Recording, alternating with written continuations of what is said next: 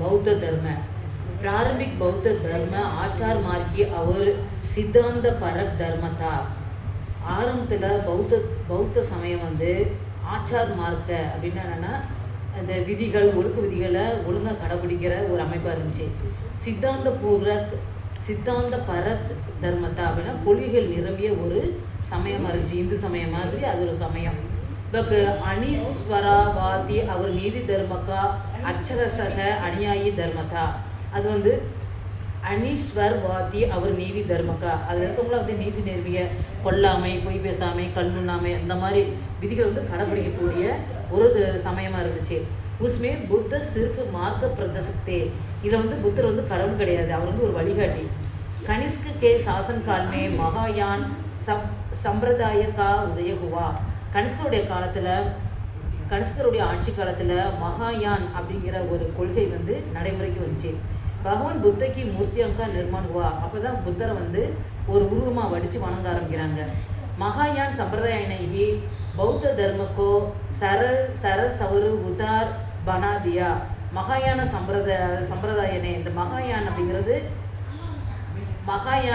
வந்து அது ஒரு சம்பிரதாயம், அது ஒரு கொள்கை. அந்த கொள்கையில் வந்து பௌத்த தர்மத்தை வந்து எளிமையாகவும் ரொம்ப சுவையாகவும் ரொம்ப இலக குணமாகவும் அதை மாற்றுறாங்க. வந்து எப்படி இருக்குன்னா ரொம்ப கடுமையான விரதம் கடைபிடிக்கிறது தான் புத்த கொள்கையாக இருந்துச்சு. அதுக்கப்புறம் அதெல்லாம் ரொம்ப எளிமைப்படுத்துகிறாங்க. इसमें बुद्ध को देवता मानकर पूजा की गई. அப்போ என்ன செய்கிறாங்கன்னா புத்தனை வந்து கடவுளை நினச்சி வணங்கி பூஜைலாம் பண்ணுறாங்க. இப்போ வந்து அவருடைய புத்தரை வணங்கினாலே போய் பேசக்கூடாது, உயிரினங்களை கொல்லக்கூடாது அப்படின்னு பயங்கரமான நிறைய கடுமையான விரதங்கள் இருக்கும். அப்புறமே என்னது பூஜை பண்ணால் போதும், பூ வாங்கி போட்டு சாயம் விட்டால் போதும் அப்படின்னு அந்த மாதிரி எளிமைப்படுத்திடுறாங்க. கையை உற்சவி மனாய கையே. அப்போ நிறைய திருவிழாலாம் கொண்டாடுறாங்க அந்த புத்தரை வச்சு. பௌத்த தர்மக்கா பிரமாணி சாகித்யபி கனிஷ்கனே கர்வாயா. பௌத்த தர்மத்தை பற்றி ஒரு பிரமாணிக் சாகித்ய அப்படின்னா என்னென்னா இப்போ குரான் இந்த மாதிரி ஒரு நல்ல சிறந்த தெய்வ நூல் மாதிரி கனிஷ்கன் வந்து ஒன்று அமைக்கிறான். அந்த புத்த தர்மத்தை பற்றின ஒரு நூலை வந்து எழுதுகிறான். बौद्ध धर्म की चौथी सभा कश्मीर के कुंडलवन नामक स्थान में विद्वान वसुमित्र की अध्यक्ष में हुई.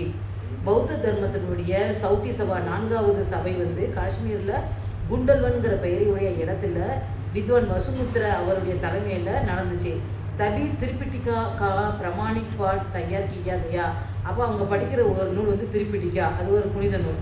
அதை வந்து அவங்க பிரமாணிக் பாட் தயார் கியா, அது எல்லாரும் ஒப்புக்கொண்ட ஒரு பாடப்பகுதியாக அறிவிக்கிறாங்க.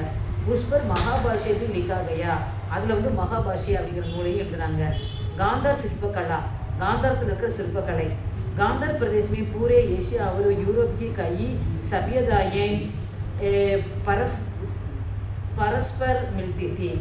காந்தார நாட்டில் பூரே ஏஷியா और यूरोप की காந்தார நாடு வந்து காந்தார நாட்டில் ஏசியா மற்றும் யூரோப்பை சேர்ந்த நிறைய பண்பாடுகள் வந்து அங்கே கடைபிடிக்கப்படுறாங்க. அங்கே அந்த மக்கள்லாம் வந்து ஆசியா மற்றும் யூரோப்லேருந்து வந்த மக்கள். அதனால் இந்த 2 பண்பாடுமே அங்கே கலந்துருக்கு. காந்தார்மே பாரதிய யூனானி ஈரானி சக் ஆதி பிரவிற்த்தியாம் சங்கம் ஹுவாகை. காந்தாரத்தில் வந்து இந்திய கிரேக்க ஈரான் அந்த மாதிரி உள்ள பிரவருத்தியாங் சங்கம் அந்த அவங்களுடைய கொள்கையை கடைபிடிக்கக்கூடிய சங்கங்கள் இருந்துச்சு. इस प्रकार गांधार और उसके आसपास के प्रदेश में இந்த மாதிரி காந்தாரம் மற்றும் அதுக்கு அக்கம்பக்கத்தில் இருக்க நாடுகளில் பிரச்சனை தவறி விகசித்து மூர்த்தி கலாவாங்கா. அங்கே வந்து சிற்பக்கலை வந்து எல்லாம் ஒன்றா அங்கேயும் சிற்பக்கலை நல்லா வளருது. யூனானி आदर्शों पर ही बुद्ध और बोधिसत्व की मूर्तियां बनाई गई.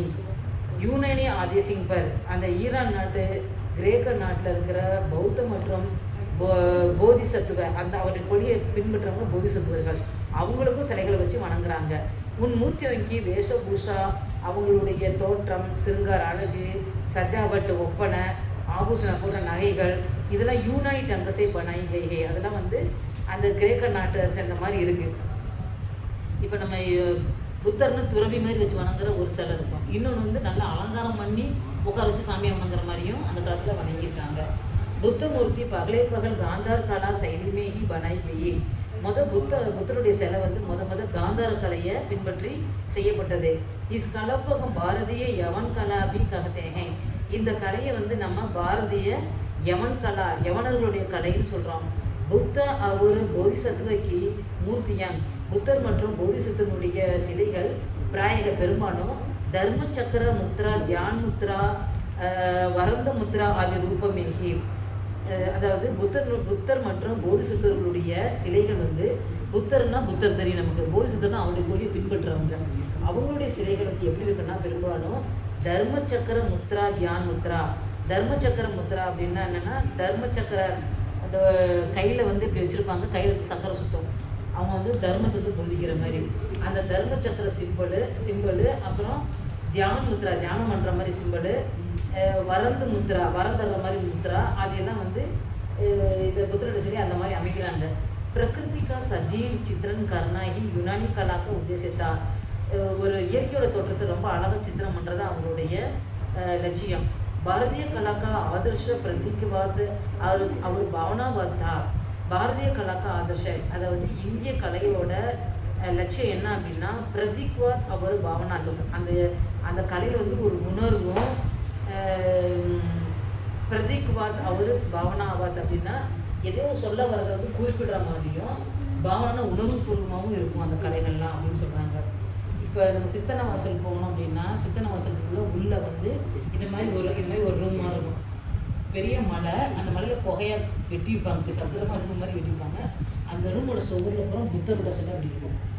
அவ்வளோ பீஸில் உள்ள பொறிச்சு வச்சுருப்பாங்க, அப்படி செதுக்கியிருப்பாங்க.